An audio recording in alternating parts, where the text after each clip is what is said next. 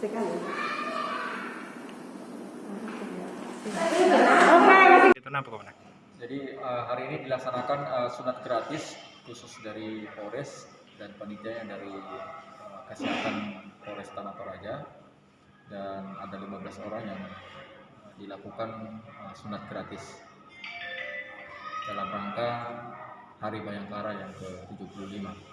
Ini untuk memudahkan masyarakat yang untuk memperoleh kemudahan dalam melaksanakan sunat untuk anak-anak. Dalam rangka Hari Bayangkara, Dalam rangka Hari Bayangkara yang ke-75.